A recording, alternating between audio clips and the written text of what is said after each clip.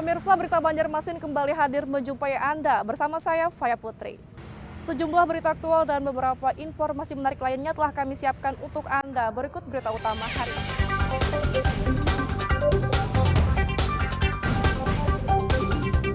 Warga mendesak DPRD Kota Baru menggelar hearing mengenai permintaan plasma ke PT Sinarmas.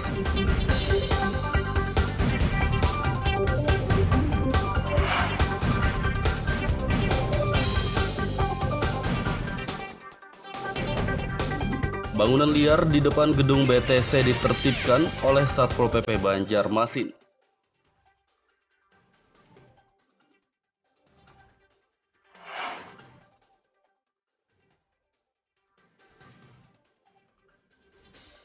Keributan mewarnai laga Perseban Banjarmasin versus Persepan Pagatan.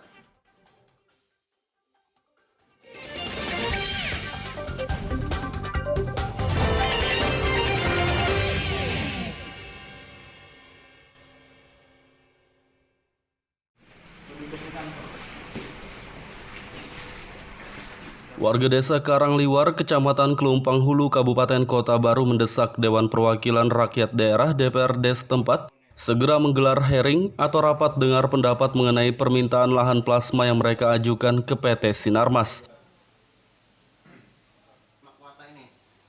Dengan menggandeng Perkumpulan Dayak Meratus Kumdatus Kota Baru, perwakilan warga desa Karangliwar, Kecamatan Kelumpang Hulu, melayangkan surat permintaan hearing kedua kepada DPRD Kabupaten Kota Baru pada akhir pekan lalu. Mereka mendesak DPRD segera menggelar hearing mengenai permintaan plasma kelapa sawit yang mereka ajukan ke PT Sinarmas.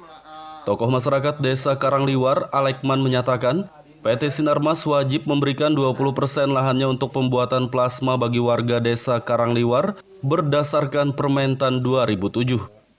Menurutnya, pihak perusahaan menolak memberikan lahan untuk pembuatan plasma bagi warga karena pihak perusahaan telah membuka perkebunan kelapa sawit sejak tahun 1994. Masalahnya saat ini kami kirim surat yang pertama melalui Kumdatus, kami kirim surat itu 1 bulan yang lalu ya. 1 bulan yang lalu, kurang lebih 1 bulan yang lalu kirim surat ke sana meminta permohonan untuk hearing. Sampai hari ini tidak ada tanggapan dari mereka. Nah, hari ini kami coba kirim surat yang kedua lagi meminta tanggapan dari mereka. Setelah surat ini nanti kami sampaikan, ada waktu yang telah kami buat. Sampai waktu tersebut ternyata pihak DPRD itu tidak melakukan untuk hearing, ya dengan sangat terpaksa kami dengan Kumdatus akan turun ke lapangan dan lapangan akan kami kuasai. Kami hentikan seluruh kegiatan yang ada. Kepala desa beserta aparat dan tokoh-tokoh adat, DPD dan warga serta ketua RT lingkungan Karangliwar, sehingga kami memutuskan dan memberikan jawaban kepada desa bahwa permasalahan ini kan kita bawa hearing ke DPRD. Nah, kita minta setelah surat hearing kita layangkan pada hari ini, kami minta tempo untuk 10 hari agar segera ditanggapi. Kalau tidak, ya seperti dalam surat hearing kami jelaskan sudah bahwasanya kami akan mengadakan mungkin sedikit aksi nanti di depan kantor DPRD, mengadakan ya unjuk rasa. Karena apa? Karena kami merasa suara kami itu suara warga Dayak khususnya seberang itu tidak didengarkan oleh, bahkan kurang tidak didengarkan oleh dari anggota Dewan DPRD Kota Baru. Apakah nanti misalnya setelah ada surat ini terlalu diabaikan lagi oleh pihak DPRD, karena ada beberapa komunikasi dari pihak Ketua Kumdatus dengan Ketua DPRD dengan anggota DPRD, namun tidak ada tanggapan. Makanya menurut saya juga hal yang wajar ketika pihak masyarakat berasumsi atau beranggapan bahwa ada apa dengan DPRD dengan pihak perusahaan. Intinya seperti itu. Nah, jadi ini langkah kedua, kita coba dulu untuk langkah persuasif. Nah, saya hanya bisa menghimbau dengan kawan-kawan di Kumdatus dengan masyarakat agar kiranya tetap kondusif. Intinya seperti itu. Jika DPRD Kabupaten Kota Baru tidak juga menggelar hearing setelah 10 hari surat kedua dilayangkan, warga desa Karangliwar dan Kumdatus Kota Baru rencananya akan menguasai lahan PT Mas dan menghentikan aktivitas pihak perusahaan di perkebunan kelapa sawit tersebut. Dari Kabupaten Kota Baru, Lutfi Darlan dan Fauji Rahman melaporkan.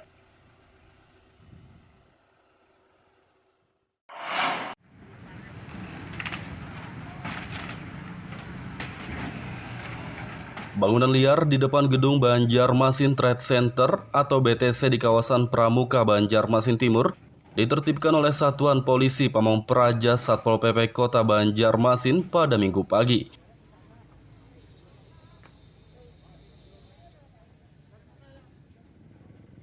Sebelumnya puluhan bangunan kios pedagang dan penjual tiket bus yang berdiri di depan gedung BTC telah diberi surat peringatan SP ketiga untuk segera pindah dan membongkar material bangunan mereka hingga Kamis 4 Oktober lalu.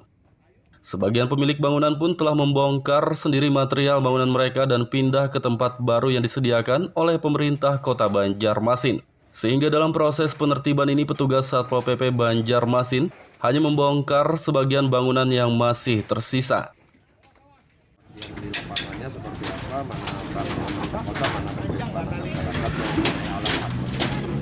kita tetap menghormati itu.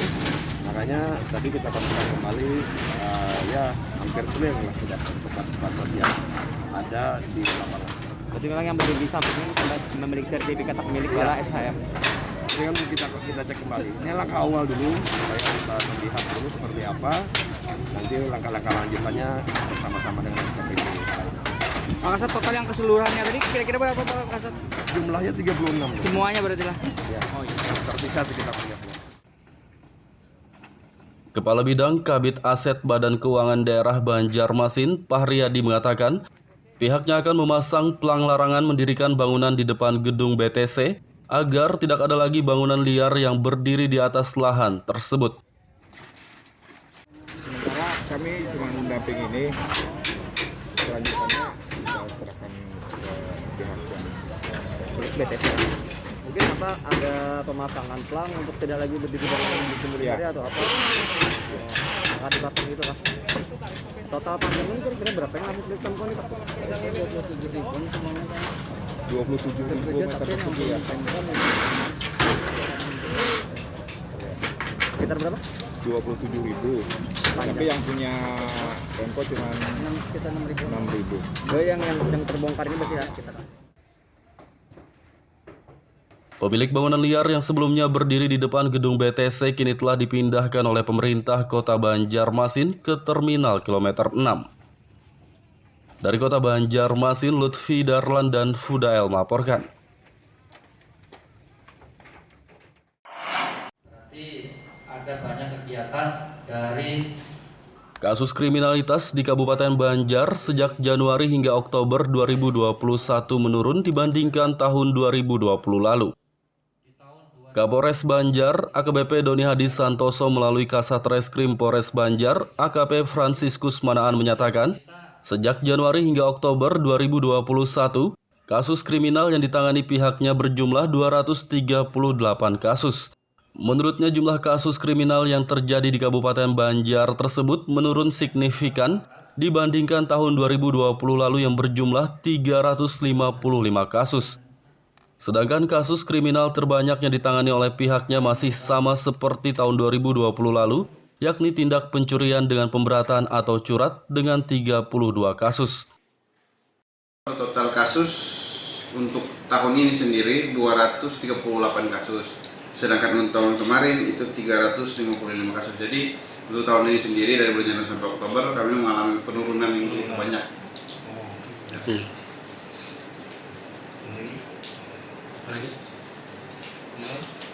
Kalau untuk antisipasi dan untuk kepada masyarakat dan apa nih yang himbauannya?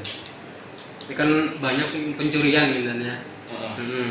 Pada tinggi masyarakat. Mungkin kepada masyarakat pesan dari kami sebagai anggota Polri ya lebih mawas diri lagi, apalagi terkait rumah yang ditinggal jangan sampai lupa dikunci ataupun kendaraan bermotor yang kuncinya jangan sempat ditinggal karena itu juga memancing orang untuk melakukan pencurian. Jadi pesan kami ya di luar kami menjaga keamanan dan stabilitas yang ada di sini, bagi masyarakat juga menjaga diri dan mawas diri untuk.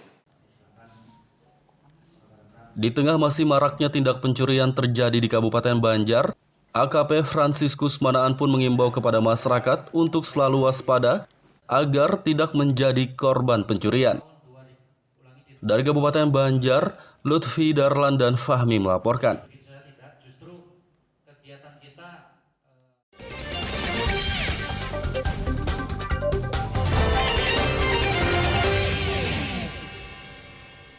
Pemirsa, masih bersama kami dalam Berita Banjarmasin.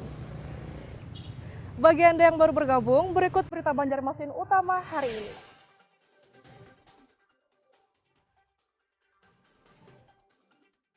Warga mendesak DPRD Kota Baru menggelar hearing mengenai permintaan plasma ke PT Sinarmas.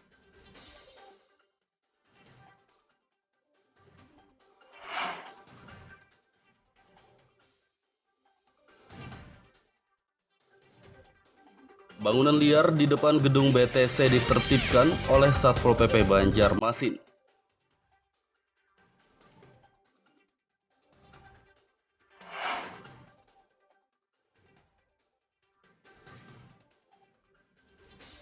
Keributan mewarnai laga Perseban Banjarmasin versus Persepan Pagatan.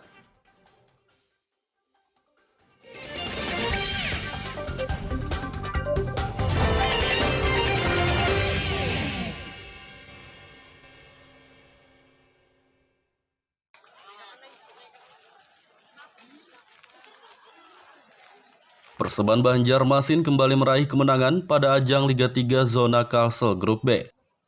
Anak asuh Bambang Hermawan mampu menundukkan perlawanan Persepan Pagatan dengan skor 2-1 di Stadion Demang Lehman Martapura Kabupaten Banjar pada akhir pekan lalu.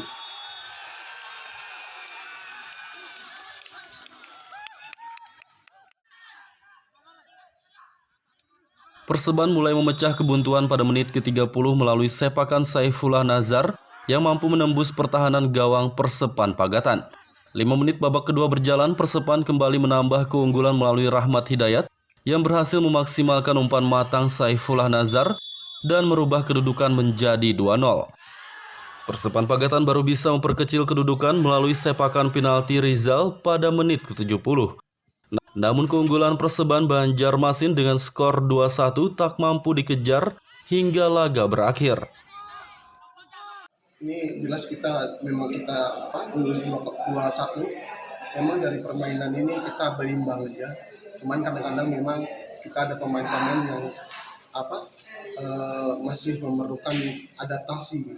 Memang kita juga pemain masih baru, juga pemain-pemain juga yang kita gantikan memang usianya juga sudah memang itu. Jadi kita harapkan yang masuk ini juga bisa menutupi fungsi daripada pemain yang diganti. Oke. Terlihat tadi beberapa pemain pengganti atau pemain muda terlihat mainnya cukup kurang stabil, agak emosional. Mungkin kenapa itu, Pak? Ya ini kan memang kita juga mesti akui memang harus stabil. Jadi kita ini jadi PR buat kita. Jadi pemain muda ini bagaimana kita harapkan nanti dia bisa tune in untuk kedepannya sehingga artinya kita siapapun yang kita mainkan jadi tidak ada perbedaan. Salah satu pencetak gol Perseban, Rahmat Hidayat, mendedikasikan golnya untuk mendiang tantenya yang meninggal dunia sesaat sebelum pertandingan berlangsung. Ya, cukup kaget juga sih, soalnya tadi itu sempat kemelut di depan gawang. Ada bola asis dari senior Bang Saifullah Nazar tadi itu. Jadi ini gol ini apakah akan memotivasi secara pribadi ke depannya? Ya, jujur pribadi saya sangat termotivasi karena baru kemarin saya sendiri dapat berita duka dari kampung halaman sana. Saya ditinggal oleh kakak dari ayah saya, tante. Sangat terpukul lah. Sebelum pertandingan pun saya memotivasi diri saya sendiri agar bagaimana bangkit dari keterpurukan, dari rasa ditinggal duka apa semua.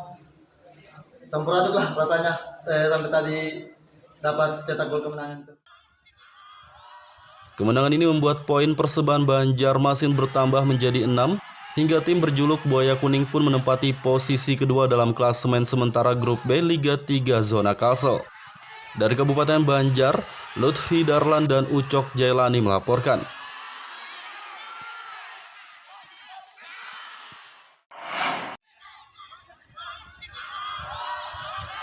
Keributan mewarnai laga Perseban Banjarmasin versus Persepan Pagatan pada ajang Liga 3 Kalsel Grup B yang berlangsung di Stadion Demang Lehman Martapura Kabupaten Banjar pada akhir pekan lalu.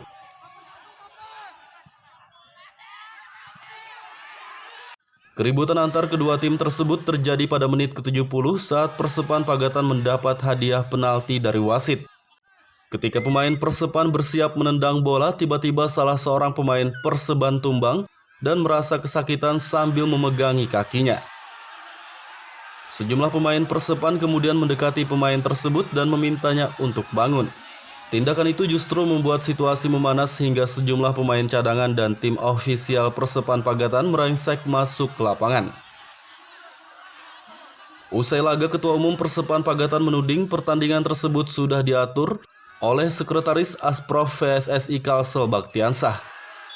Menurutnya Baktiansah telah mengatur permainan melalui wasit hingga tim yang bakal menang pun sudah ditentukan. Hasil akhir bahwa kami kalah 2-1. Walaupun kami kalah skor, tapi kami permainan menang. Ini kami hanya berharap Asprop Kabupaten Kalimantan Selatan lain kali jangan gitu. Ini seolah-olah sudah diatur bahwa ini yang akan menang, yang ini yang akan naik ke Liga 2. Jadi saya sebagai pengurus Persepan, saya ketua Persepan sangat tidak setuju dengan hal begini. Bagaimana kita mau meningkat sepak bolanya kalau begini? Dipermainkan oleh panitia. Apalagi namanya Pak Bakti itu, Pak Bakti, kasih tahu Pak Bakti. Selama ada Pak Bakti tidak pernah maju Kalimantan Selatan karena dari wasit sampai ke sudah dimainkan semua, Pak. Sekretaris Asprof PSSI Kalsel Baktiansah yang dihubungi melalui panggilan telepon membantah tudingan tersebut. Bakti menduga pihak Persepan Pagatan sengaja menuding dirinya mengatur permainan karena kecewa lantaran salah seorang pemain mereka tidak dapat bermain akibat terhalang regulasi. Ia pun mengaku tidak mau ambil pusing dengan tudingan tersebut karena pihaknya sudah berjuang semaksimal mungkin agar Liga 3 Kalsel tahun ini bisa digelar. Dari Kabupaten Banjar, Lutfi Darlan dan Ucok Jailani melaporkan.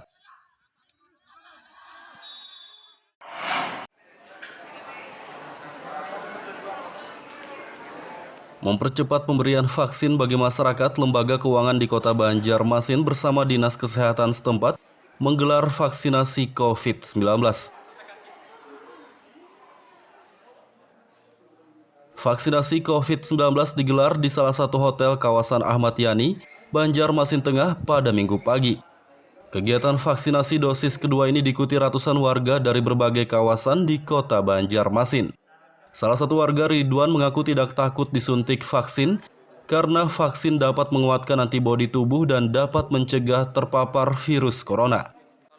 Saya vaksin pertama. Vaksin pertama lah. Kenapa nih jadi mau bervaksin? Enggak, ikut-ikutan aja. Biar apa? Biar apa? Biar enak aja gitu, urusan-urusan gimana gitu kan, harus diwajibkan pakai vaksin gitu. Bagi mereka yang masih belum berani bervaksin nih apa nih saran dan nasihatnya? Untuk yang belum berani vaksin, mungkin ada yang ditakutkan ya. Sebenarnya sih nggak ada sih. Nggak ada efek tertentu, malah ya tubuh kita semakin membaik kan gitu kan. Kepala Dinas Kesehatan Banjarmasin Mahli Riyadi mengatakan, kegiatan vaksinasi ini digelar untuk mempercepat pencapaian target vaksinasi, sekaligus memperingati HUT ke-57 Hari Kesehatan Nasional. Ia berharap kegiatan vaksinasi dapat mendongkrak pencapaian target vaksinasi Kota Banjarmasin hingga di atas 70%. Kita berharap di 12 November nanti bertepatan dengan Hari Kesehatan Nasional yang ke-57, ya tentunya Banjarmasin harapannya sudah mencapai minimal 70%, dan kegiatan ini tentu mendongkrak capaian tersebut. Dan seperti yang Pak Han sampaikan bahwa ya dengan banyaknya orang bervaksin di Banjarmasin, kita berharap geliat ekonomi di Banjarmasin akan bangkit lagi dan masyarakat bisa beraktivitas secara normal. Itu yang kita harapkan, dan bersyukur bahwa sampai hari ini ya kita sudah 64% ya capaian kita dari target 513.000 sasaran di Banjarmasin. Berkat kerjasama semua pihak, ya tentu kita bisa mempercepat proses pelaksanaan vaksinasi ini. Selain disuntik vaksin COVID-19, warga yang mengikuti kegiatan ini juga diberi edukasi tentang pasar modal dan jasa keuangan. Dari Kota Banjarmasin, Lutfi Darlan dan Ahmad Fauzi melaporkan.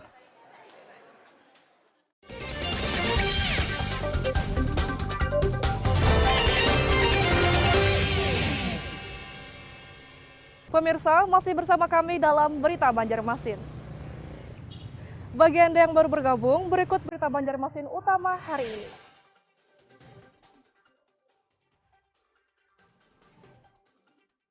Warga mendesak DPRD Kota Baru menggelar hearing mengenai permintaan plasma ke PT Sinarmas.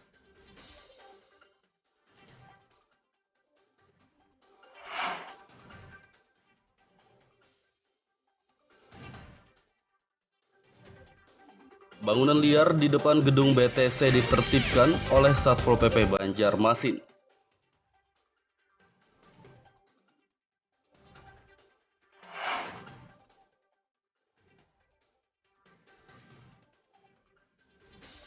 Keributan mewarnai laga Perseban Banjarmasin versus Persepan Pagatan.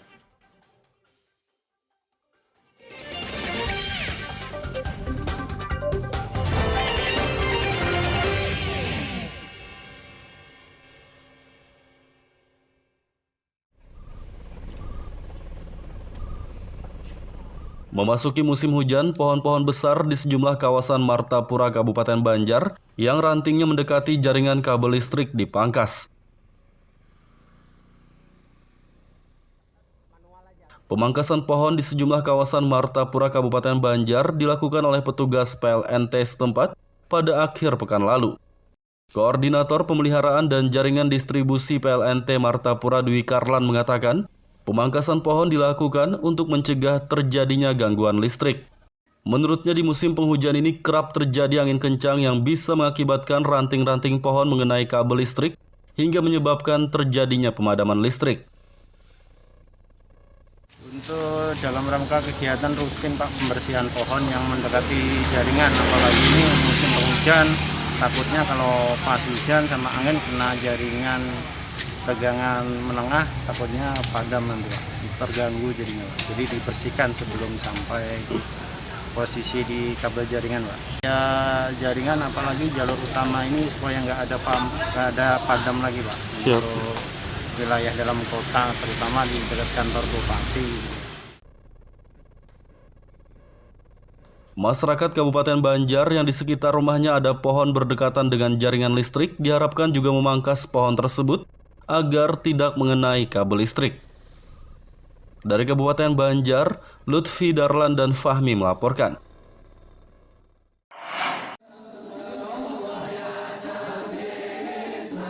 Ratusan jemaah ikuti peringatan Maulid Nabi Muhammad SAW di makam Sultan Tahlilullah, kawasan Maruhum, Kelurahan Keraton Martapura, Kabupaten Banjar.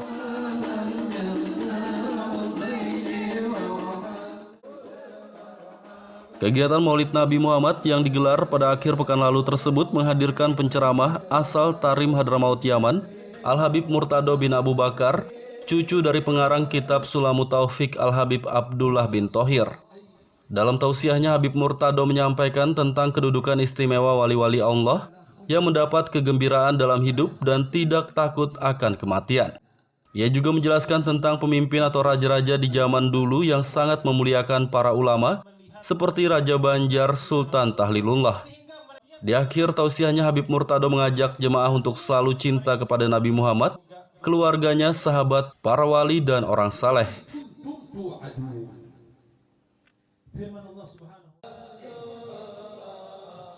Kegiatan Maulid Nabi Muhammad SAW pun diakhiri dengan pembacaan doa dan zikir nasyid bersama seluruh jamaah.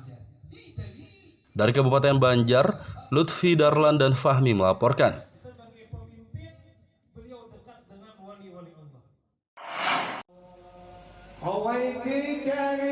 Selain di makam Sultan Tahlilullah Martapura, peringatan Maulid Nabi Muhammad SAW juga digelar di Kecamatan Kertak Hanyar, Kabupaten Banjar.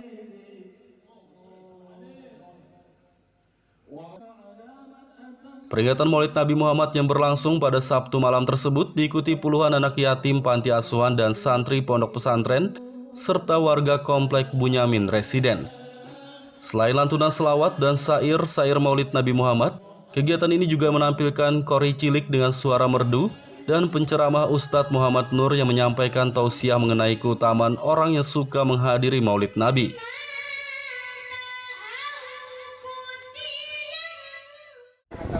Ini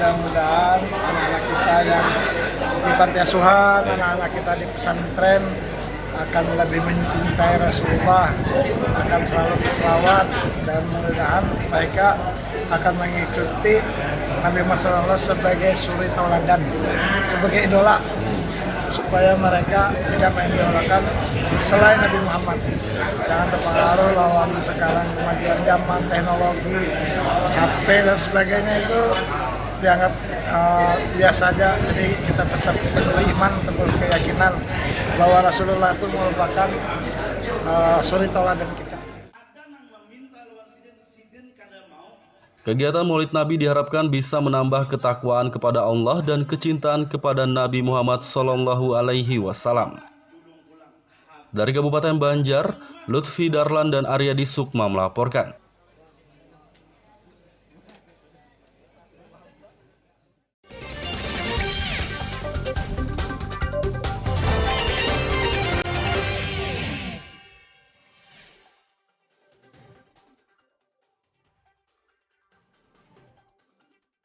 Warga mendesak DPRD Kota Baru menggelar hearing mengenai permintaan plasma ke PT Sinarmas.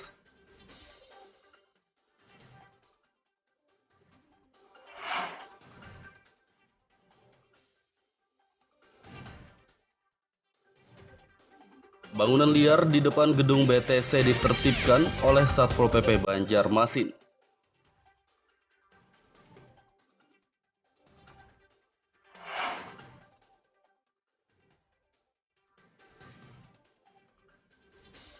Keributan mewarnai laga Perseban Banjarmasin versus Persepan Pagatan.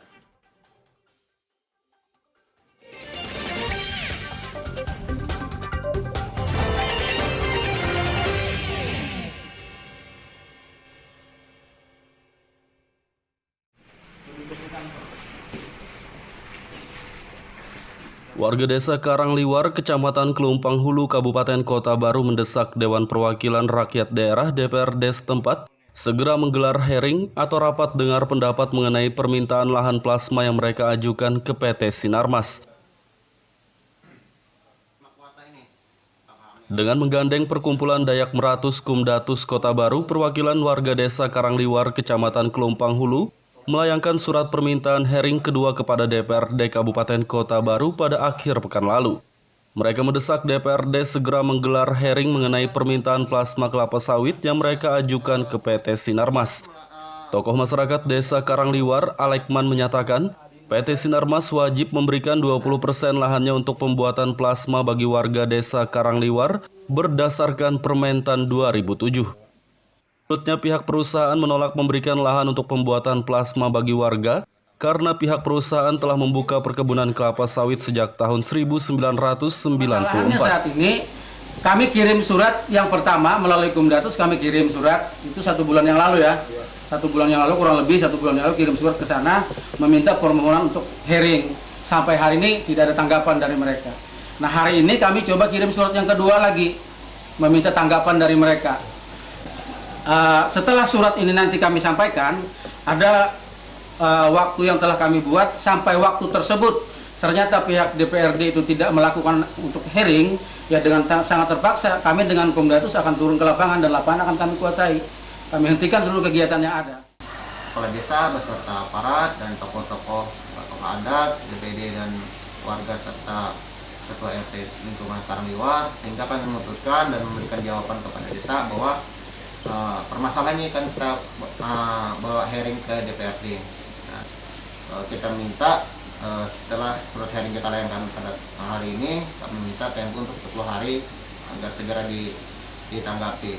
Kalau tidak, ya seperti dalam surat hearing kami jelaskan sudah bahwasanya kami akan mengadakan mungkin sedikit aksi nanti di depan kantor DPRD, mengadakan ya unjuk rasa. Karena apa? Karena kami merasa suara kami, yaitu suara warga Dayak khususnya seberang itu tidak didengarkan oleh, bahkan kurang tidak didengarkan oleh dari anggota Dewan DPRD Kota Baru. Apakah nanti misalnya setelah ada surat ini terlalu diabaikan lagi oleh pihak DPRD, karena ada beberapa komunikasi dari pihak Ketua Kumdatus dengan Ketua DPRD dengan anggota DPRD, namun tidak ada tanggapan. Makanya menurut saya juga hal yang wajar ketika pihak masyarakat berasumsi atau beranggapan bahwa ada apa dengan DPRD dengan pihak perusahaan. Intinya seperti itu. Nah, jadi ini langkah kedua, kita coba dulu untuk langkah persuasif. Nah, saya hanya bisa menghimbau dengan kawan-kawan di Kumdatus dengan masyarakat agar kiranya tetap kondusif. Intinya seperti itu. Jika DPRD Kabupaten Kota Baru tidak juga menggelar hearing setelah 10 hari surat kedua dilayangkan, warga desa Karangliwar dan Kumdatus Kota Baru rencananya akan menguasai lahan PT Mas dan menghentikan aktivitas pihak perusahaan di perkebunan kelapa sawit tersebut. Dari Kabupaten Kota Baru, Lutfi Darlan dan Fauji Rahman melaporkan.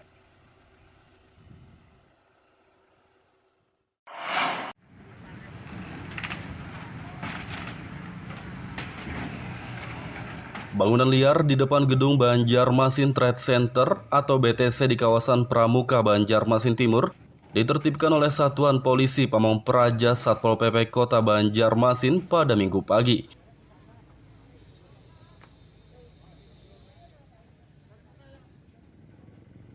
Sebelumnya puluhan bangunan kios pedagang dan penjual tiket bus yang berdiri di depan gedung BTC telah diberi surat peringatan SP ketiga untuk segera pindah dan membongkar material bangunan mereka hingga Kamis 4 Oktober lalu. Sebagian pemilik bangunan pun telah membongkar sendiri material bangunan mereka dan pindah ke tempat baru yang disediakan oleh pemerintah Kota Banjarmasin. Sehingga dalam proses penertiban ini petugas Satpol PP Banjarmasin hanya membongkar sebagian bangunan yang masih tersisa. Yang di lapangannya seperti apa, mana pemerintah kota, mana pemerintah masyarakat yang punya alat hak. Kita tetap menghormati itu, makanya tadi kita temukan kembali ya hampir clear lah sudah tempat-tempat yang ada di lapangan. Jadi memang yang belum bisa memiliki sertifikat hak milik adalah SHM. Ini kan kita cek kembali. Ini langkah awal dulu supaya bisa melihat dulu seperti apa. Nanti langkah-langkah lanjutannya bersama-sama dengan SKPD. Pak Kasat, total yang keseluruhannya tadi kira-kira berapa Pak Kasat? Jumlahnya 36. Semuanya berarti lah? Ya. Oh iya. Terpisah sekitar 30. Kepala Bidang Kabid Aset Badan Keuangan Daerah Banjarmasin, Pahriyadi mengatakan, pihaknya akan memasang pelang larangan mendirikan bangunan di depan gedung BTC agar tidak ada lagi bangunan liar yang berdiri di atas lahan tersebut. Sementara kami cuma mendamping ini, selanjutnya kita serahkan ke pihak yang BTC. Mungkin apa ada pemasangan pelang untuk tidak lagi berdiri di kemudian hari atau apa? Nggak dipasang gitu lah. Total panjangnya ini kira-kira berapa yang habis ditemukan nih Pak? 27.000 semuanya. 27.000 meter persegi ya. Sekitar berapa? 27.000. Tapi yang punya tempo cuma sekitar 6.000. Oh, yang terbongkar ini berarti ya sekitar. Pemilik bangunan liar yang sebelumnya berdiri di depan gedung BTC kini telah dipindahkan oleh pemerintah Kota Banjarmasin ke Terminal Kilometer 6. Dari Kota Banjarmasin, Lutfi Darlan dan Fudael melaporkan. Berarti ada banyak kegiatan dari Kasus kriminalitas di Kabupaten Banjar sejak Januari hingga Oktober 2021 menurun dibandingkan tahun 2020 lalu. Kapolres Banjar, AKBP Doni Hadi Santoso melalui Kasat Reskrim Polres Banjar, AKP Franciscus Manaan menyatakan, sejak Januari hingga Oktober 2021, kasus kriminal yang ditangani pihaknya berjumlah 238 kasus. Menurutnya jumlah kasus kriminal yang terjadi di Kabupaten Banjar tersebut menurun signifikan dibandingkan tahun 2020 lalu yang berjumlah 355 kasus. Sedangkan kasus kriminal terbanyak yang ditangani oleh pihaknya masih sama seperti tahun 2020 lalu, yakni tindak pencurian dengan pemberatan atau curat dengan 32 kasus. Total kasus untuk tahun ini sendiri 238 kasus. Sedangkan untuk tahun kemarin itu 355 kasus. Jadi untuk tahun ini sendiri dari bulan Januari sampai Oktober kami mengalami penurunan yang begitu banyak. Apalagi? Kalau untuk antisipasi dan untuk kepada masyarakat dan apa nih himbauannya? Ini kan banyak pencurian gitu ya. kepada tinggi masyarakat. kepada masyarakat. Pesan dari kami sebagai anggota Polri ya lebih mawas diri lagi, apalagi terkait rumah yang ditinggal jangan sampai lupa dikunci, ataupun kendaraan bermotor yang kuncinya jangan sempat ditinggal, karena itu juga memancing orang untuk melakukan pencurian. Jadi pesan kami ya, di luar kami menjaga keamanan dan stabilitas yang ada di sini, bagi masyarakat juga menjaga diri dan mawas diri untuk. Di tengah masih maraknya tindak pencurian terjadi di Kabupaten Banjar, AKP Franciscus Manaan pun mengimbau kepada masyarakat untuk selalu waspada agar tidak menjadi korban pencurian. Dari Kabupaten Banjar, Lutfi Darlan dan Fahmi melaporkan. Pemirsa, informasi tadi sekaligus menutup perjumpaan kita kali ini. Saya Faya Putri beserta redaksi mengucapkan selamat beraktivitas. Sampai jumpa.